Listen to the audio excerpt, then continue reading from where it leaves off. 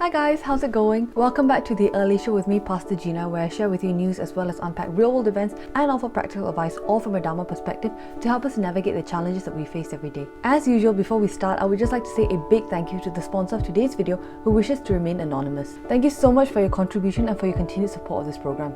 This week, I wanted to talk about self-care. It's a buzzword, something that people mention very easily. You need to practice self-care. You need to practice self-care. But what does it really mean? So ultimately, I will say that there is no self.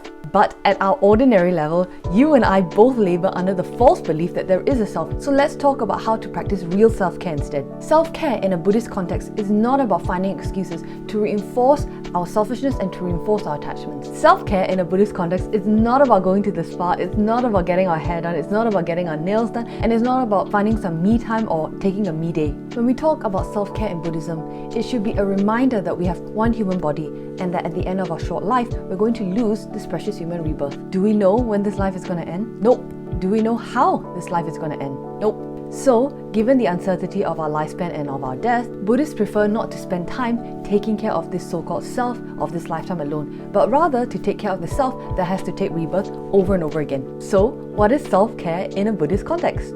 Real self-care in a Buddhist context is about making the most of our current lifetime to take care of our body holistically, which means our body, speech and mind. It's about giving ourselves the best chance of taking a human rebirth again so that we can continue our practice. Self-care in Buddhism is about remembering the teachings of Lord Buddha on impermanence and karma. That whatever effort we put towards making temporal, worldly, secular success and gains, we can't take with us at the point of death.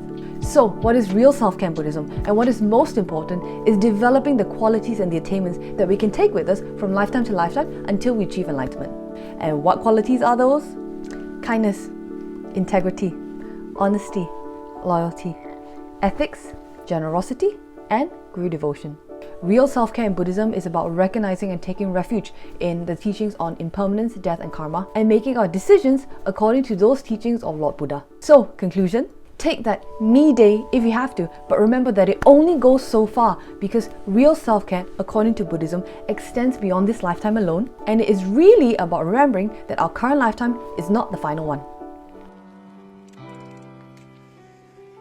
Welcome back to this week's It's a Plant-Based Life, where we talk about plant-based news, plant-based products, plant-based facts, and basically everything that you need to know in order to live a more plant-based life. This week, I want to talk about plant-based alternatives to milk. There has been an explosion in plant-based milk products and brands in recent times, and while it might seem to be the trendy thing, I don't know if you guys realize this, but as Asians, we've been exposed to plant-based milk for a long time, long before it became fashionable anywhere else. And it makes sense because a high proportion of Asians are lactose intolerant. So we were going to have to find another way to get our creamy fix. And that brings us to the very first plant-based milk alternative that you're all going to be familiar with, which is soybean milk. Let's not talk about all of the other stuff that's available out there like pea milk, almond milk, walnut milk, hazelnut milk, or my personal favorite, oat milk. Yeah, that stuff is out there. Yes, that stuff is good. But do you know what's easily available and super accessible for everyone everywhere? Soy milk. Got a nut allergy? Soy milk.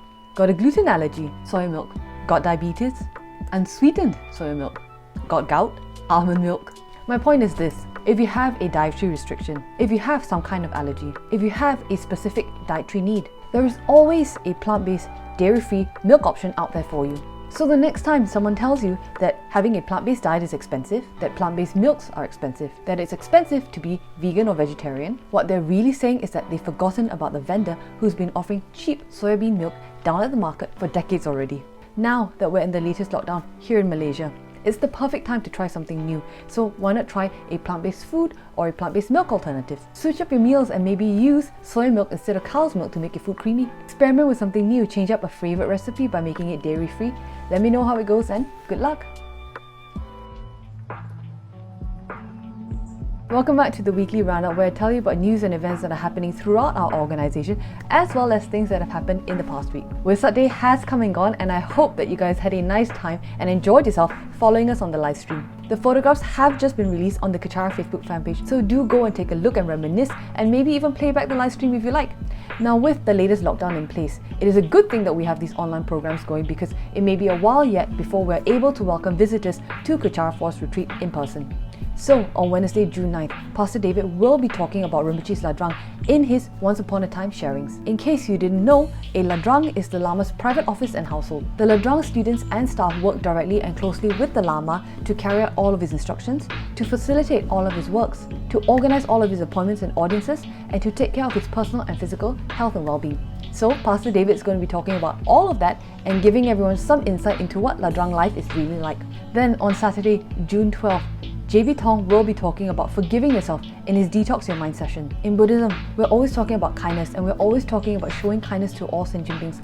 But how often do we remember that showing kindness to all sentient beings also includes ourselves? We ourselves are also a sentient being. So what harm can come from not forgiving ourselves? And how can we forgive ourselves? All of that is going to be explained by JB Tong next week. Alright, that's it from me for this week. I hope that everyone's doing alright with the new and latest lockdown here in Malaysia, which started just under a week ago. Thank you so much for joining me this week and for joining me every other week. And thank you again to the sponsor of today's video. I'll see you guys next week, same time, same place. And really, stay home, stay safe, and don't go out if you don't have to. As ever, have a great week ahead and don't forget to be kind to each other. Bye!